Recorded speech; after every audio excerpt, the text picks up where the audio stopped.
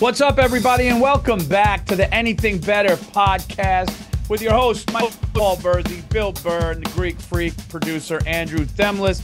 And you guys are listening to episode 79. We're almost in the 80s.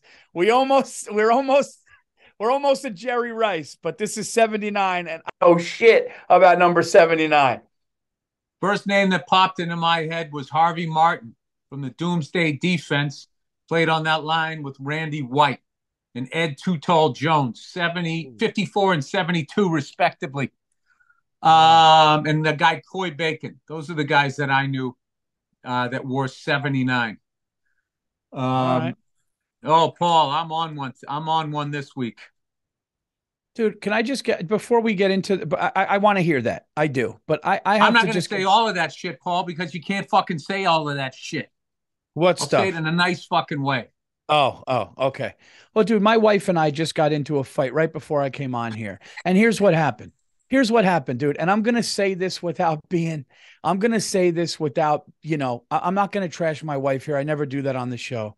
But I'm at my daughter's basketball game 20 minutes ago. Okay. Is it on ESPN? Yeah, it was Doris Burke and Cheryl Miller. No. And I'm at my daughter's basketball game, and my mother-in-law is there. And I'm sitting next to my mother-in-law, and I'm talking to my mother-in-law during the game. And we're just watching the game, shooting the shit, small talk, great. And my wife leans up and goes, "Hey, did we take care of those rent-a-cars when we go to California?"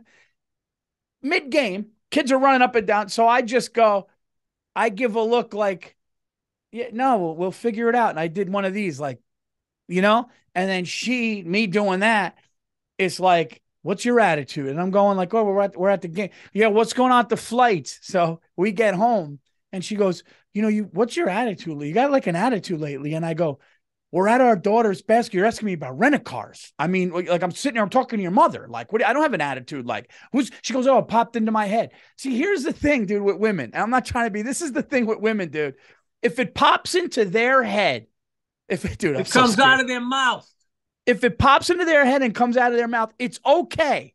But if I go anything like that, like, hey, I just oh my God, if you were at a fucking woman event and you start going like, hey, did you tape that fucking Nick game for me? Oh. And then she gives you that look where you're going to be in the car going, you're going to be like, oh shit, I guess I asked the wrong time. You're not going to go in the car and be like, hey man, like, I asked you to tape that game when, we were getting our kid christened. I was wondering, what was your attitude about that? The game is fixed. The game is fixed. Rigged, Bill. Hey, Bill. Always was. Always was. Once they took the club out of our hand and our ability to drag them down the fucking dirt trail, that was it. That was the only game we had, Paul. Once it went cerebral, it was over. Here's my fucking sports predicament. I come out to my office. Celtics must win. They're down 3-2 to the Philadelphia, the Doc Rivers Philadelphia 76ers. So Head coaching has been a liability. It's Doc Rivers, man. I mean, nobody's been around the block more times than that guy. And every place he goes, he does a great, kills it.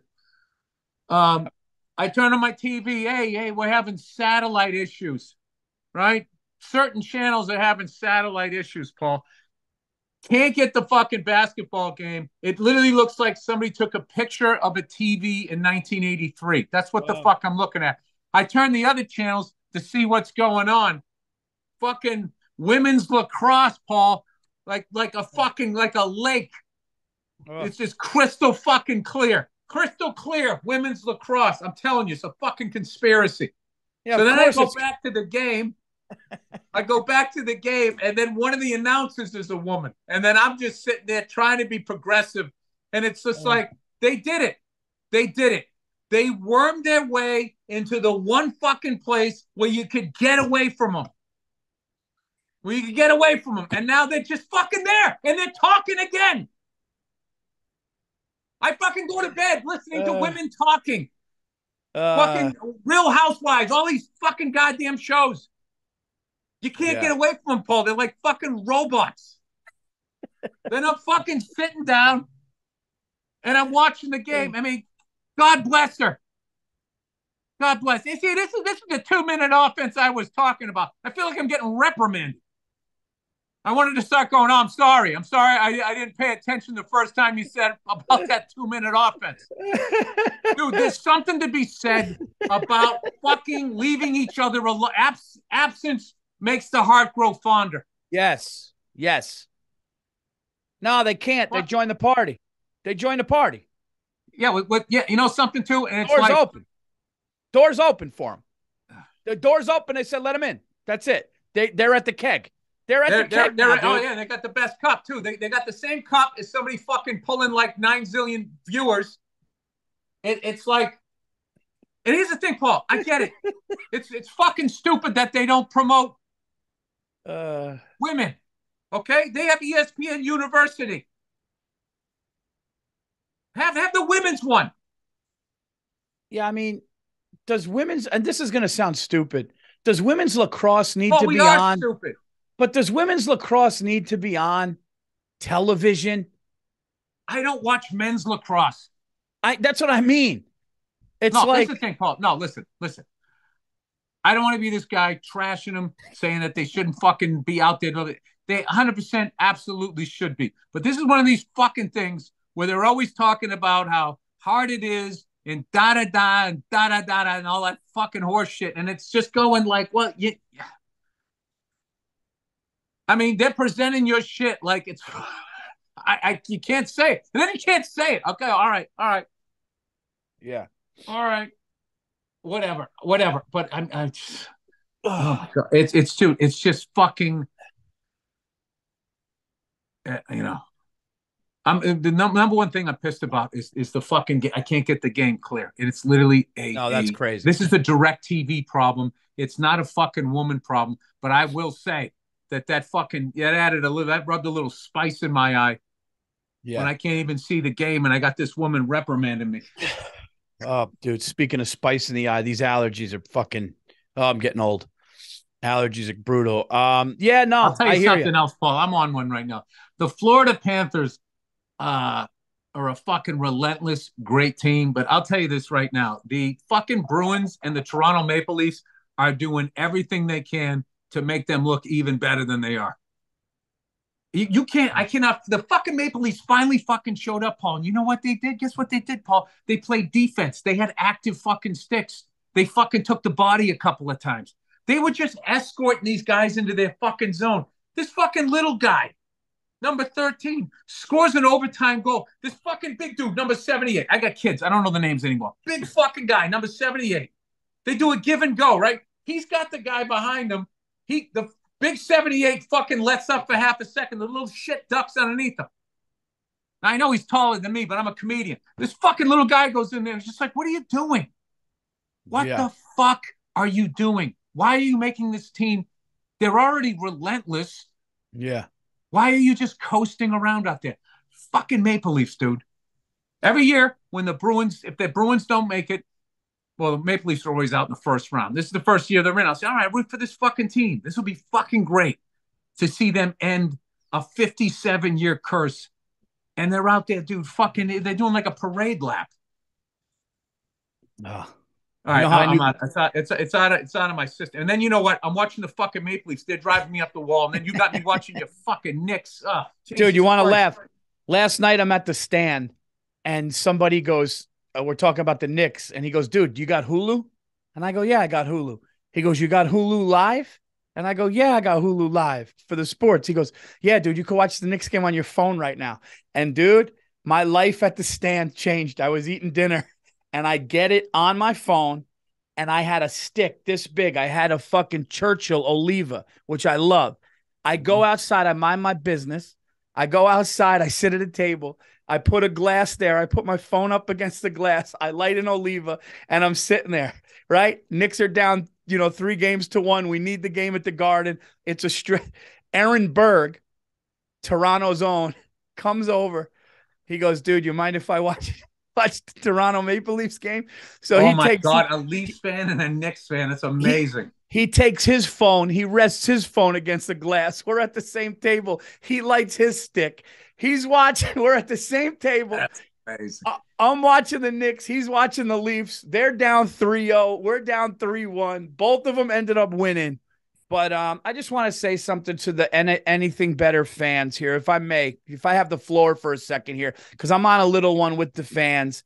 I know you talked about Jimmy Butler, but some of the anything better fans are going at me going, hey, Virzi, nice pick, you dumb fuck, not knowing the Miami Heat. Let me just say this, first of all. You're an 8th seed with undrafted players. The reason you're winning the series, and first of all, Jimmy Butler, as good as Jimmy Butler is, Jimmy Butler's not been the difference in this game. 20-something points. Jimmy Butler is fine. The thing is, Jimmy Butler changes things on the floor, I know.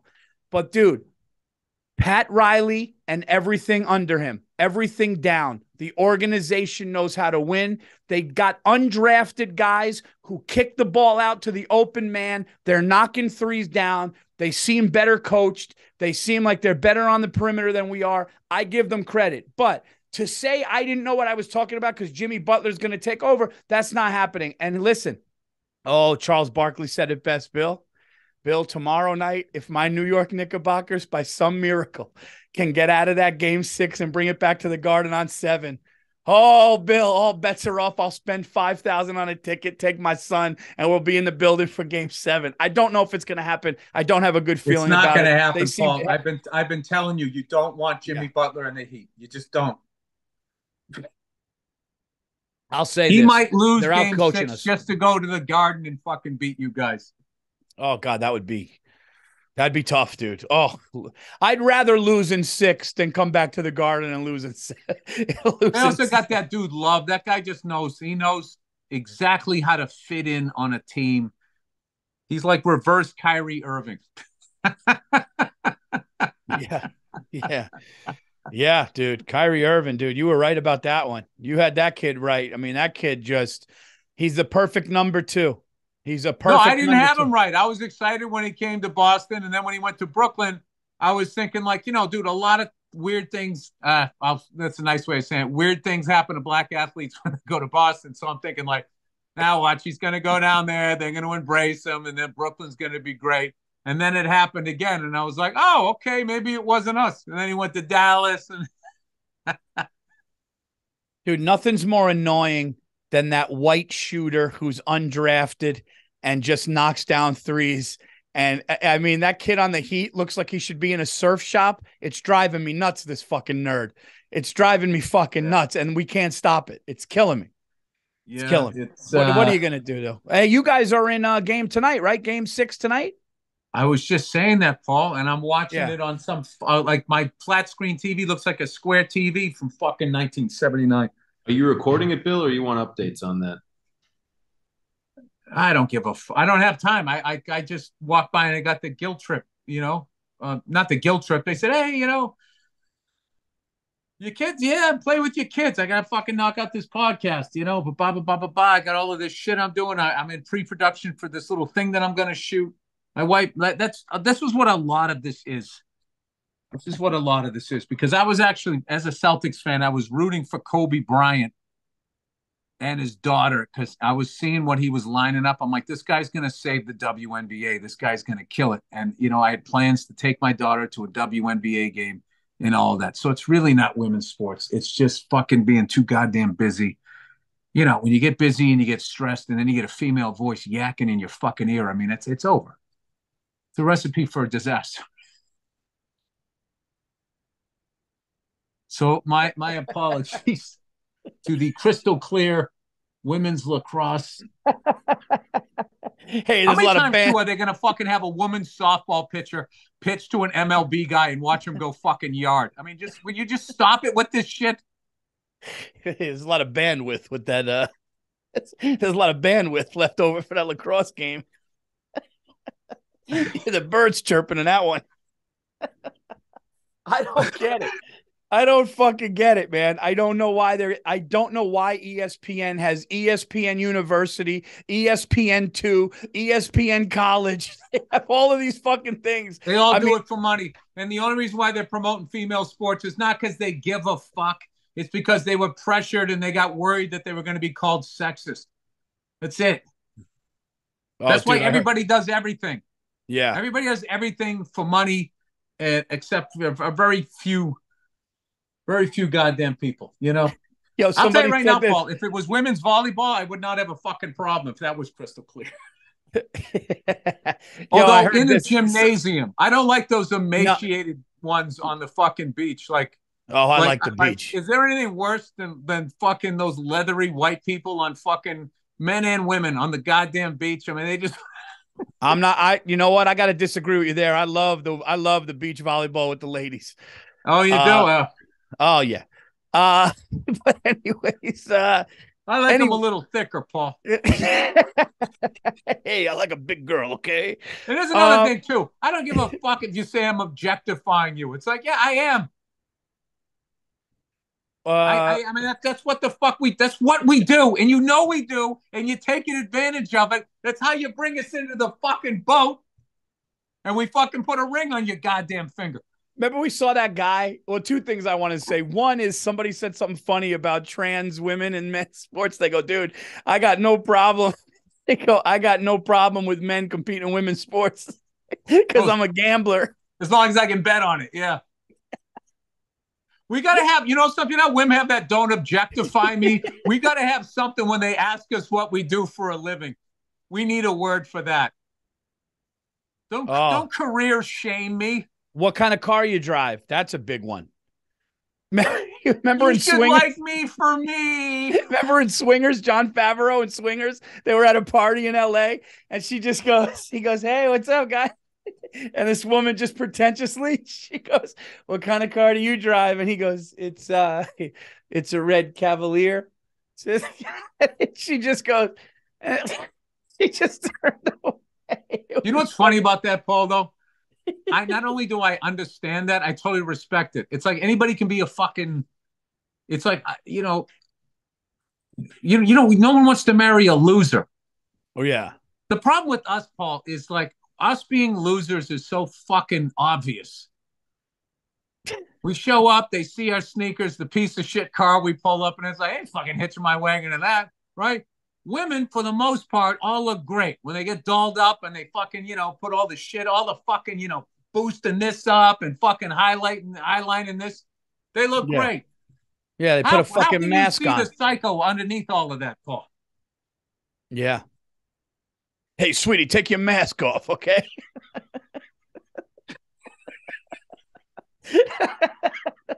No, they should have a number sewn into their thing about how many nagging questions they're going to say to you every fucking day. It should be a dial. Just dial after each question. Do you remember? No, you graph the month. You graph the month, and you see how they handle their little situation there. We were on the road. All I needed was this fucking little leather chair and my flat screen TV, and to watch the Sixers put us out of our misery or take us back to a game 7. That's all I needed, Paul. I'm a simple man. You're not asking much. You're not asking much. I'm not asking much. You're but not, I'll tell you right now, much. I can watch game fucking whatever, however long the women's lacrosse season is. I can watch that. Well, dude, you know what you can do? Get it on your phone. Just get the channel. Get it on your phone. You get it on your iPhone. You sit on your thing. Put it on my phone right now. Because all this shit I bought doesn't fucking work. Dude, do you remember we were in Jacksonville? We're in Jacksonville. This is a long time ago. We went to that game in the rain. We went to a Jaguars. Yeah, we ate alligators, and we went to the gun range. And we went to the gun range, yeah. And we were staying there, and Fred Taylor's family, we were talking to his brother, Fred Taylor was there. It was Fred Taylor Day. And there was a guy outside, and he was just like, I don't know if you remember this, but he was like with these women. And he's just going, like, he was like holding this woman's hand and like rubbing her leg. And then afterwards he walked up, and I just heard, he just said, hey, dude, I'm married. I know. He's like, I shouldn't do this. I know, but dude, I love my wife. He's just like, I just love pussy. I just love pussy. And it's like, what, who else does, I don't know. Every straight man, you're married. You feel like he was justifying it. It was like, he was justifying those actions by going like, dude, women, what are you gonna, it was like, yeah, it was ridiculous. I know another guy that said that to me one time, but he wasn't married. And he was telling me why he wasn't married. And he said, I just love pussy too much. Just love it. I fucking love it. And I'm just like, yeah, I get, but there's, you know what I'm saying? You should graph the month that the woman has. Like, this is gonna be my mood, right? Yeah. You should, like, if you graphed like a guy crushing it to when he becomes an old player, and like the level of sadness and loneliness. Oh my God. Dude, Yeah. we know it's the worst. And I've seen them too. Those old, when they get into their late 50s and they're still out there, and they used to hit into the upper deck, and now they're just trying to hit a flare for a single just to stay up there in the league, dude. And they will literally bang anything. It is just like, um, it's a much better, road. I mean, I'm not bitching about my wife at all. I'm just fucking talking about, like, the one oasis that I had, if I just didn't watch pregame and postgame, was to put on ESPN and just watch a fucking game, is what I had. And that's also gonna become this fucking. I'm actually genuinely sorry. I don't even know what it's gonna become. No, I'm genuinely sorry, because I'm putting myself in the situation. If the Knicks game is on and I just couldn't do it, it would just, I mean, I would do any, yeah, I knew you were on a hot one today when I logged in. And like when you log in on Zoom, you come into the meeting and the other two guys are talking, and Bill was just fully launched into something. And I was like, oh, okay, he's ready. I sat down, I put on the fucking NHL game, couldn't get that in. It was also like in between periods, Devils up 1-0. Then I go, fuck, oh, fuck, the Celtics are playing. Put on 206. No, and then I went one channel up and it fucking worked. So then I go to 206 to watch ESPN, satellite fucking problems. I go up one, women's lacrosse, crystal clear. So then I go, oh, is that the secret? So I type in 205. 205's clear. Then I go up one. I thought it was like one's going to be bad, and then you go up one. I'm trying to fucking crack the code of the satellite. Nope. I just Googled it, and it looks nope, not going to happen for you. It looks like DirecTV has had a few. There's like an outage detector, and it looks like it's had a few outages in the past hour in Los Angeles. It says. You know what I'm complaining about right now, Andrew? That there is a fucking game on the other side of this country that's being beamed up to a satellite down to my stupid house, and there's a problem. I mean, the fact that I can see anything at all is pretty fucking amazing. Let me try to get my head around this.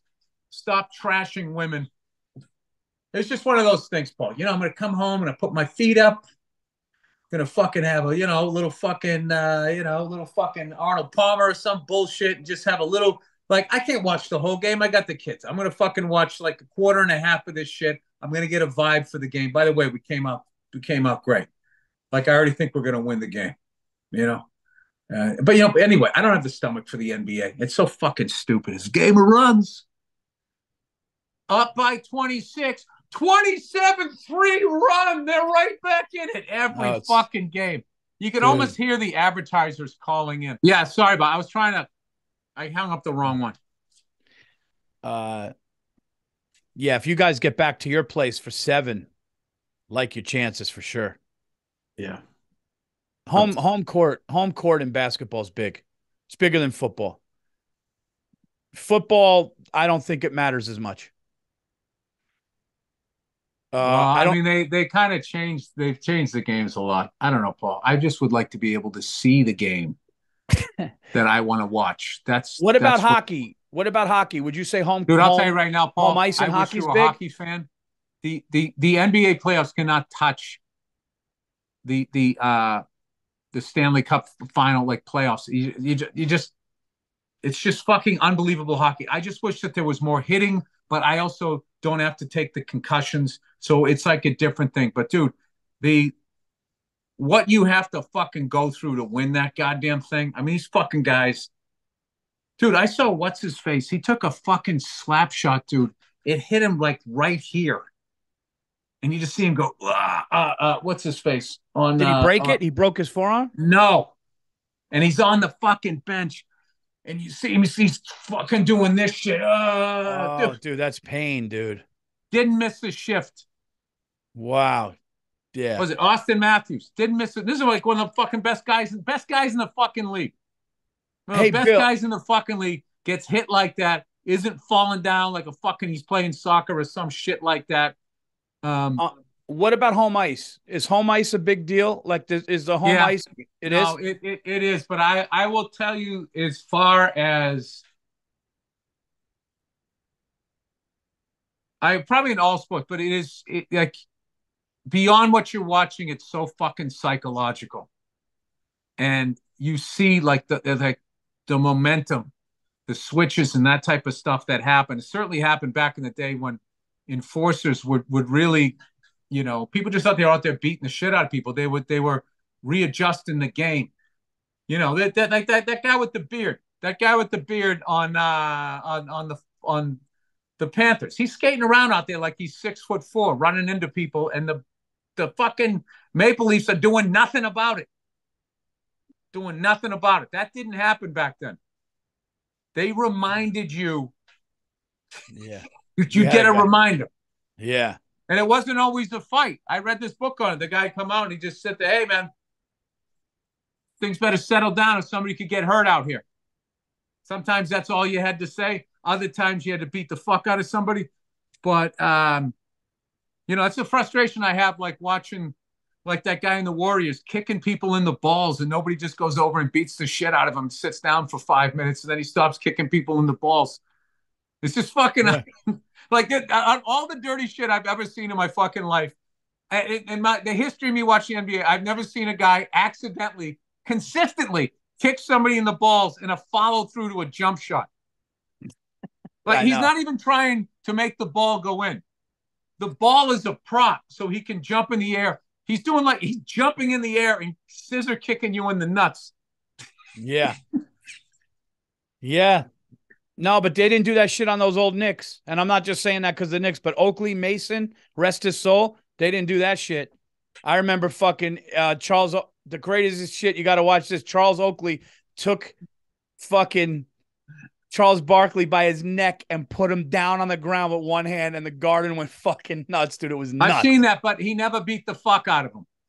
No. I think they're friends kind of too. But I'm just saying, like, they never, like, the last guy that really got Rudy Tomjanovich. Oh, that's hard to watch, dude. Well, only because you know what happened. It was a beautiful fucking punch. It was perfect. That guy, Kermit, what's his face, did that. And they said he was tasting spinal fluid. Dude, that was fucking nuts, dude. Oof. It was really bad, too. And it was also when the league in 10 years went from 90% white to 90% black. So there was a lot of like white people that didn't want to watch it anymore. And then cocaine was coming in. And then this black guy punched this white dude and almost fucking killed him. And you know how that game's played. Then that's dude, when that spinal fluid starts. thing got me sick. Is that true? Oh. Yeah. Yeah. Dude, as soon as you said that, it was a guy like he threw a punch like he knew how to box, and he was like 6'10". Oh. It was just like instinct. He turned, it was a fight, somebody came running up, and it was just like hit before you get hit. What's the worst you've ever? I heard the Frank Gifford, that was way before our time, but I heard the Frank Gifford hit was one of the worst things ever. I know the Joe Theismann was a bad one. What's the worst one you ever saw live? Or like saw on TV? I'll tell you, in recent history was when was Antonio Brown when he came over the middle against Cincinnati. Against that perfect guy. Dude, that was brutal. There was just there was like, I'm going right for your head. The shit Scott Stevens used to do, it was legal. But that guy was just like, I'm going right for your fucking head with my shoulder. I'm going to skate in about 20, 25 miles an hour. And I'm going to come in from the blind side. A lot of people will keep your head up. You see him, he's coming in like this. You're trying to deke somebody out, and he would just come like just passing through like a fucking freight train. And dude, he just, this guy, like that guy was like scary.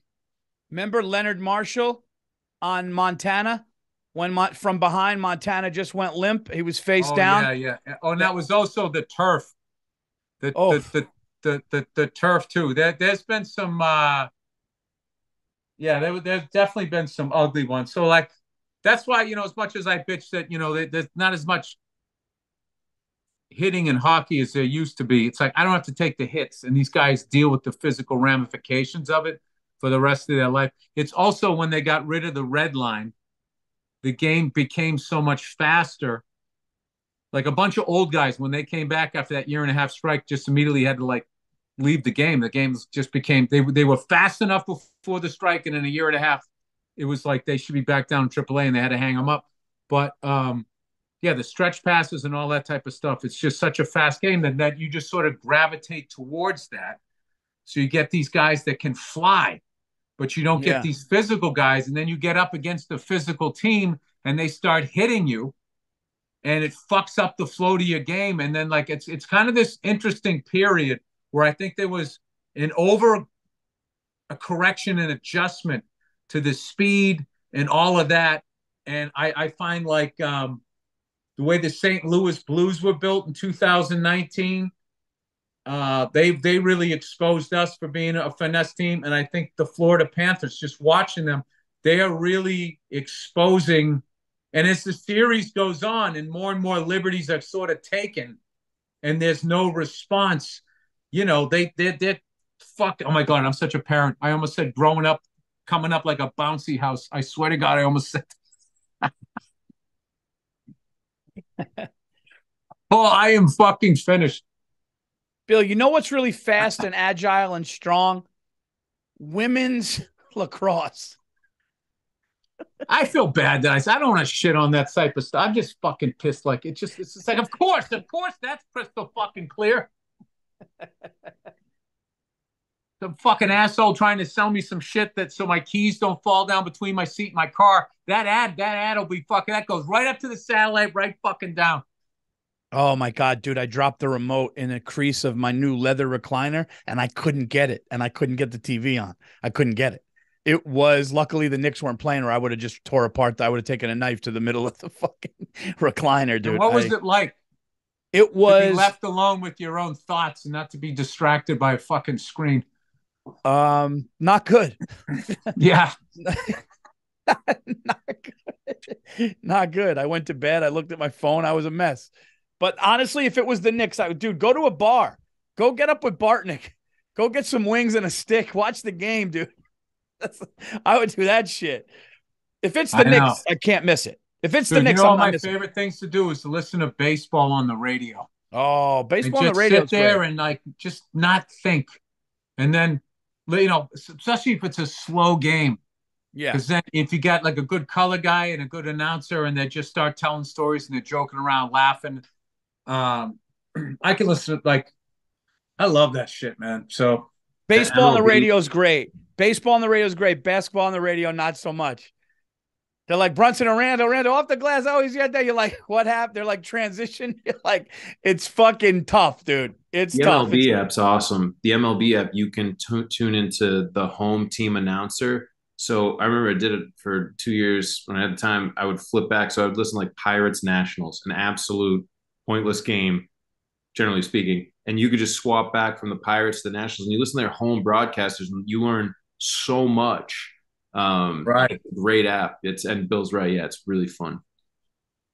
It's just such a shame. Whoever owns the Pirates is doing that to the Pirates. Oh God, that ballpark.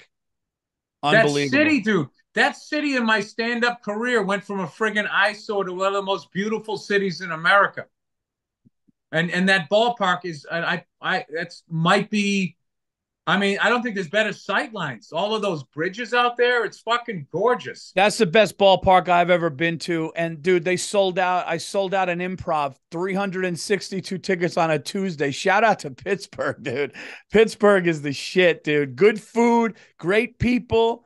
The bridges are amazing. The city's great. Those guys, Randy Bauman and yeah, Bill DVE. Crawford on DV. Yeah. Dude, that place is, I will tell you, man, Pittsburgh is, somebody said, out of all the cities, what's an underrated one that people wouldn't think? And I said Pittsburgh, and they were like, really? And I'm like, that ballpark was like being I could just stare at the grass. It was incredible. It was incredible. You know what's funny? I love Pittsburgh so much, I don't even tell people how beautiful it is because I don't want people to ruin it and move there. Just keep sending people to Nashville and Austin. It seems to be everybody's moving. Dude, everybody I know in the last few years that I've run into or that I even know moved to one of those two places. Yeah, I was talking about it last night. I shouldn't say this, but I just, the whole drinking and partying cities, I just don't love. I just don't. Yeah, no, you know what it is? It's a young person. Great comedy, city. though. Great comedy. It's a young person city. So then you feel like when you walk down whatever street that is in Austin. Whenever I walk down that street where they're all partying, Rogan's Club is on that street, right? So I'm walking down there, and I just immediately feel like I'm the creepy old guy there. Like I want to be like, I'm going to a comedy club. I'm a comedian. Yeah. Continue with your fun. I'm not going to narc anybody. Dude, I'm embracing getting older.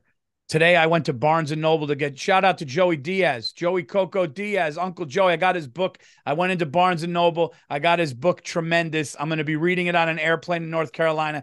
Get that book. That guy's the fucking best. And I was in Barnes & Noble, and I just saw the board game section, and I just saw like checkers and Othello and Connect Four, and I literally envisioned being in a home or like an old man at a beach just sitting with a friend, just playing in my old age, dude, playing a board game. Dude, the game has slowed down, dude. Well, I swear to God, I don't know how Oprah Winfrey has not discovered you yet. Like, she's always searching for happiness and people that can make people happy. Like, you literally just made fucking dying alone with old strangers in an old folks home sound amazing. Dude, my grandfather, rest his soul, he wanted to be in the hospital. I hate to say this, rest in soul, my grandmother too. My dad, I'll tell you a great story about my grandfather. And this is no disrespect to my grandmother. Rest her soul. She came here from Sicily at 10 years old, didn't speak a lick of English, but she went on my grandfather hard. Oh, she went on Frankie hard. Oh, Frank Virzi, rest his soul, right? She was hard on him. He was in the VA hospital, which, by the way, is a disgrace how those fucking VA hospitals are funded and the treatment that people get there. But he spoke Hebrew. My Italian grandfather spoke Hebrew because when he was in the military, he learned it. So he went on the Jewish floor. Wow. Yeah, he went on the Jewish floor of the hospital, and he would speak Hebrew to them and hang out with them and like sing and dance with. I swear to God, they love. So my grandmother would always bust his chops and shit. He'd go, Paulie, go get me he had emphysema, so he wasn't allowed to have ice cream because the cream would make phlegm, and he couldn't breathe. He'd go, Paulie, go get me a scoop of vanilla. Don't let your grandmother know, right? He's the one that told me when he was 75. He goes, Paulie, it goes quick. It goes quick. So anyway, he's in the hospital. My grandmother's telling my father, you got to get him out of there. He's in a VA hospital. He's fucking partying with these Jewish guys. He's playing cards. He's in the hospital. You got to get him out of there. My father goes to the hospital. It's a true story, man. Never told this before ever. And he says, Dad, you got to come. You got to come. And my grandfather goes, he said he actually snapped on him. He goes, don't get me out of here. Whatever you do, I'm staying here.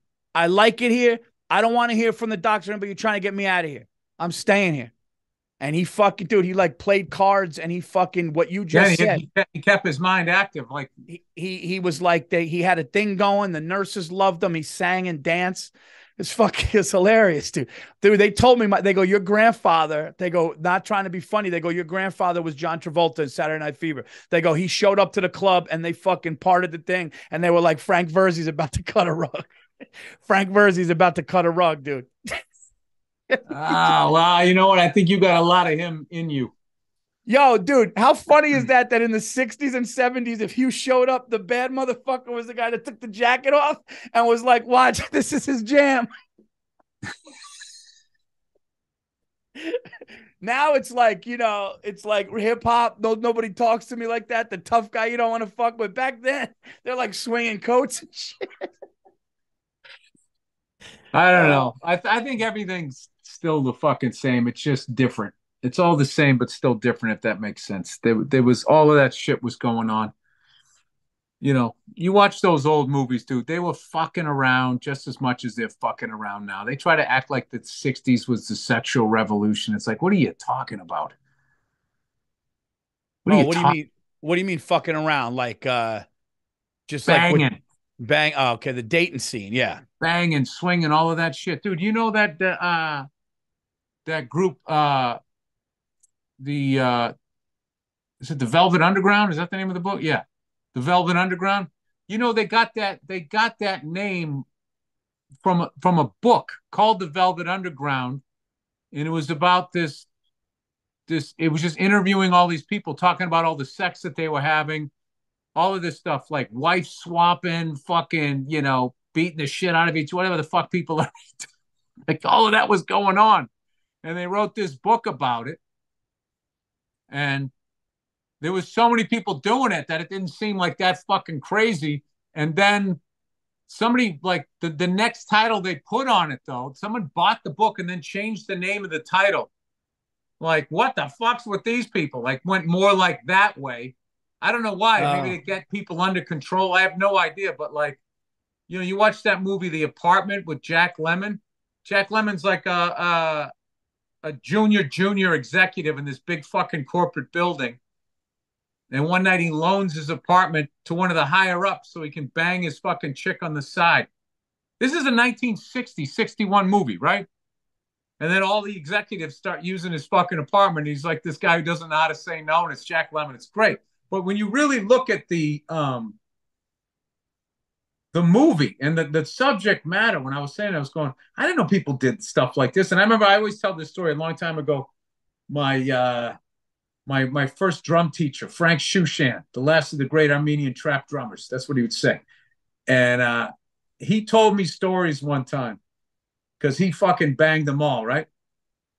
He told me these stories, and I sat there with my jaw on the ground. I remember he's playing paradiddles and stuff, and he's talking while he was playing, right? He had this pad, and I'd sit on the other side, and we'd do all these rudiments and stuff. And he told me these stories. I remember, I had this redheaded chick with green eyes. I used to bang her up against this tree down in the Boston coast. Jesus. Oh, yeah, look at this fucking, he was like 70 then, right? And I was like that. And then he was playing and playing and playing. He saw my jaw drop, and he just stopped with a stick. He goes, let me tell you something, kid. He goes, every generation thinks that they're the first ones that ever fucked. And then he went right back to fucking. Oh, and I my never God. forgot that.